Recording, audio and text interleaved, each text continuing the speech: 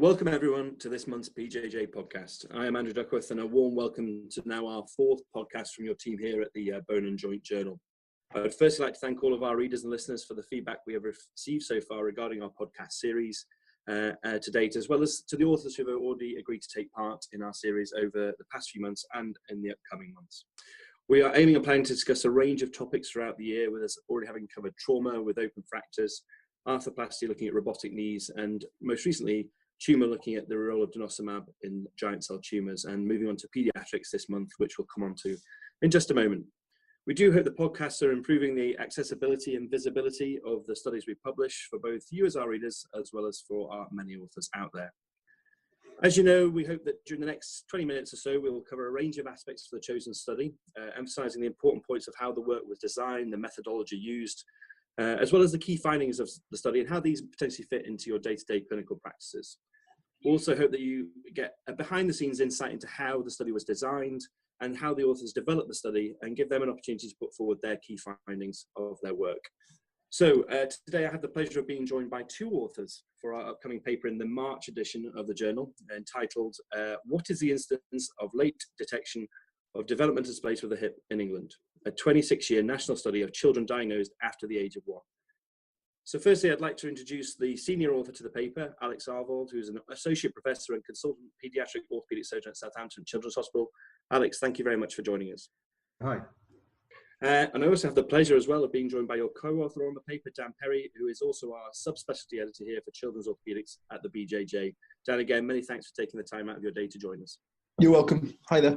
So, Dan and Alex, moving on to your paper, obviously the aim of your study was to establish the incidence of DDH diagnosed after 1 year of age in England, looking at how this was affected by age, gender, as well as the region and year of diagnosis. And as you very nicely state in your opening part to your paper, DDH is a very substantial public health risk, and it's the most common, largest cause for total hip arthroplasty in young adults, with the early diagnosis and detection absolutely essential, as it gives better outcomes for the patient. So, Alex, if we start with you, can you give us some detail on the background of the paper, including the argument you discussed very nicely about universal versus selective ultrasound screening? Well, the universal versus selective screening debate has been going on for many decades. It was introduced back in 1969 in the UK as a selective screening program, which has been the UK version, as opposed to some of the European countries, Austria, Switzerland, Germany, which have a universal ultrasound ultrasound screening program. And the debate of the pros and cons of each has been raging, and there have been many papers in the BJJ over those decades, and papers in the Lancet. There have been editorials in the BJJ all about this debate, and it's gone round and round. So this was really trying to add to the basic data of just how often these late detected cases occur. So basically giving us some baseline data was the real aim of it, more than anything, to move forward. Okay. And Dan, where would you say the current state of play is in the UK? What's our current where is the argument at the moment? The argument, as Alex says, has been going around in circle for years. And we're not, surgeons have got a belief that we need to be doing something better, because we know that there's about 500 kids or so every year that present late with hip dysplasia. And we also know that if we treat it early, it's possible to be treated with really simple measures, be it a Pavlik harness or be it some other sort of harness, or perhaps simply a close reduction. But the later we see it, obviously the more invasive, the more difficult things become. So we know we need to do something, but it's just about getting it right early. Okay. And in terms of, currently, could you just run down what's our current what's the general screening protocol we have currently in the UK? Sure. So the current screening protocol is a selective ultrasound screening program, and that means that before every child is discharged from hospital, they're required to have an examination, and that examination is what we all know to be Ortolani and Barlow, along with looking at limb lengths.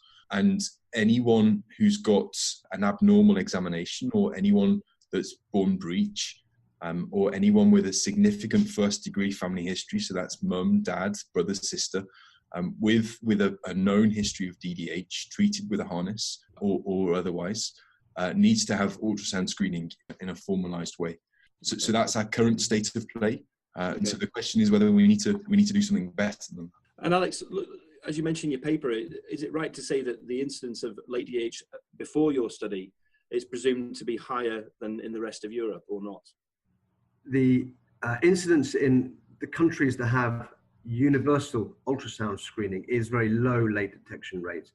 Okay, So and that's from recent literature, is it, as well? That is, and there's 3 different papers referenced in our paper with the incidence rates there. Okay, fine. So if we move on to how your study was designed, it's obviously a descriptive observational study. You've used data from 2 large national UK databases, the first being the Clinical Practice Research Data Link, and then the HES data, or the Hospital Episode Statistics. So obviously, having looked at this data, can you sort of, for the readers, comment on the accuracy and the robustness of those data sets? How complete was it? And did it sort of change over that, it's a large time period you've used? Did the data become better, should we say, in inverted commas, as the time went on? So going through the questions, the CPRD is representative of the national UK population. It is repeatedly validated, and it is considered to be the benchmark database for epidemiological research. So in that case, it is the most robust database to be using. However, it is entirely reliant on the codes that are put in at the start. And that also applies for the HES, the Hospital Episode Statistics, which may not be quite as robust as CPRD. So therefore, for the study, we used CPRD for the baseline diagnostic code, and HES was used simply as a supportive code to just increase the validation and help us be more reassured that that CPRD code was true. And in terms of the information in the actual database, is it just the diagnosis, or is there other bits of information, so such as risk factors and things like that? So no, it doesn't record risk factors reliably. So we couldn't get that information. That would have been lovely. Yeah. The HES database has more of the operation records, which would be part and parcel of the late detected hip dysplasia. And your question about did the data change along the way? Well, it has variably incorporated slightly different percentages of the population. Maximally, there were about 8% of the UK population involved in CPRD. Currently, it's about 4%. And right back at the start, it was very small in the first couple of years. And on one of the figures, you'll see figure 4, I think it is, where the first couple of years, there are very wide error bars, couple of years, which rapidly come down. And that's afterward. Yeah, that's the incidence over the years, which we believe is unchanged. It's just related to the smaller population in the infancy of CPRD. Okay. And so, looking at your inclusion and exclusion criteria, could just for the listeners, just as a brief overview, how were patients included? Obviously, you've gone from 15 million records down to just over 700. How was that sort of process done? Yeah, so 15 million is the total number of records that are in the CPRD, and then you want to look at the population that might have the late detected hips, which is up to, we put a cut-off at 8 years of age. Thinking that after 8 years of age, you'd be unlikely to do any operative intervention of surgical reductions. And that brings you down to a sort of at-risk population of children. And then within that, you're looking at how many kids had these codes for DDH. And the most important thing is that anyone with a code of DDH before the age of 1 was excluded, because that's the vast majority, obviously. All of them treated in pandemic, picked up in screening. Yeah. So none of those are in that. If there's any code existing before the age of 1, they're not in it. There's only new codes after 1 year of age. Okay. And just, it's probably a slight aside, but did you get any feel for, did you have the data for under 1 at all? Did you look at that at all? And I know not with this study, but as an aside. No, we didn't. The CPRD could send it through, but that's a vast amount of data. Selected the over 1. It would have been lovely to be able to look at greater than 6 months of age, because that also be a late detected cohort that probably are looking at surgery. We missed the chance of public harness treatment. But the CPRD only does annual increments. Okay. Therefore, we can only do annual cohorts, and that's the reason it's late detected in our definition now is over 1. And you obviously you excluded neuromuscular disorders. What was the reasoning behind that? Well, so a kid with cerebral palsy or neuromuscular will have hip migration, where the hip can come out. And we didn't want any confusion or overestimation of the number. Mm-hmm. Yeah. A neuromuscular hip is very different from a DDH hip. Yeah. So Charlotte, who was the first author, went with a fine tooth comb through all of the codes of every single patient, not 15 million, but every patient that was potential late detected DDH. And anyone that had a hint of a neuromuscular diagnosis was excluded. We really don't want to be overestimating the number. No, to get it as accurate as possible. Yeah, sure.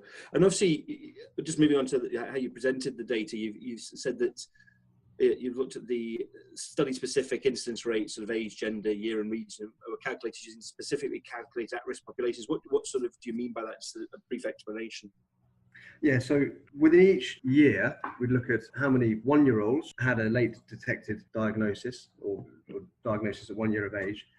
And then you look for that year, how many 1-year-olds there were in CPRD, for your incidence of 1-year-olds in that year. And we do that for every year of the 26 years that the CPRD was running. Okay. Then you repeat that again for every kid that was detected between 2 and 3 years of age, and every kid between 3 and 4 years of age. And you repeat that for all 26 years. Okay. And ultimately you build up the overall incidence. Yeah. Okay. You get that cumulative incidence, and that's in the final column of the table. Yeah. In the yeah. table. Okay, great. That's great. Yeah, within CPRD, they also give the breakdown of the ages, obviously, but also the region. So that same could be broken down not just nationally, but region by region. Region by region. Okay.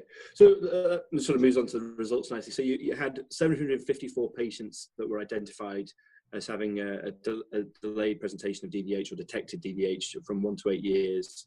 Over 80% were female, 4-to-1 ratio, as you sort of expect. And that gave you an overall cumulative incidence of late diagnosed DDH of 1.28 per 1,000 live births.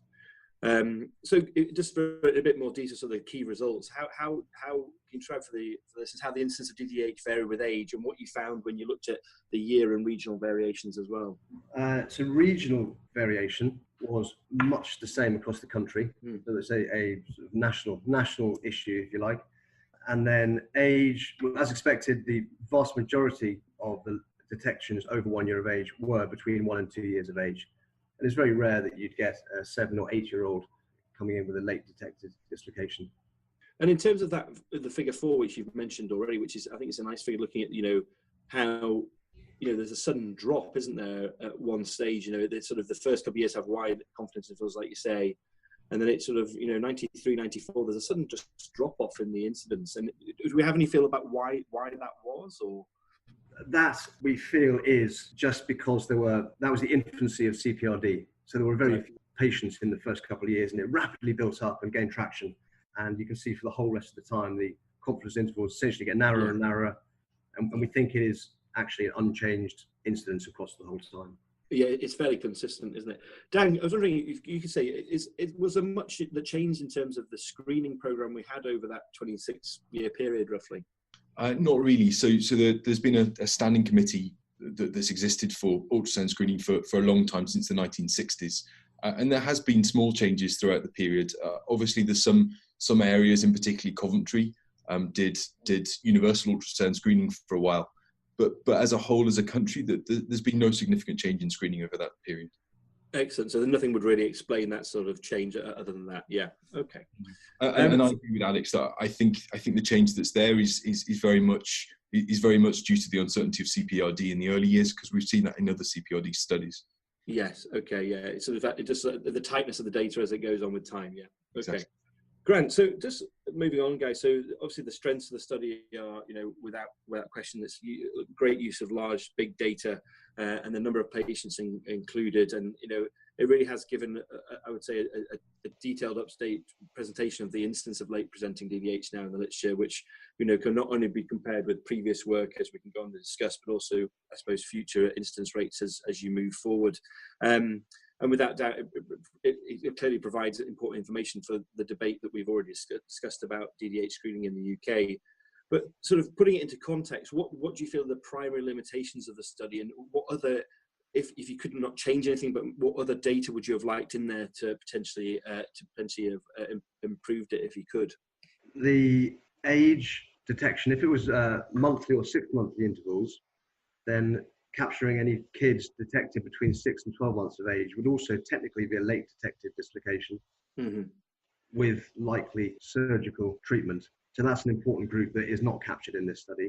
The risk factors you mentioned before, that'd be great to know what the risk factors were that of all these kids with late detected dislocations. We think that probably they're late detected because they didn't have risk factors and therefore didn't have ultrasound screening as well as the perinatal clinical exam. Okay. So I think the biggest problem with any CPOD or any big data study is always the codes. Yeah. And we try our hardest, or rather Charlotte tried her hardest to really clean that data as much as possible. But we only know what's in there from what the GP's recorded or what's made its way into the hospital coding systems. So it's very easy for cases to perhaps not quite reach that data set in the right way.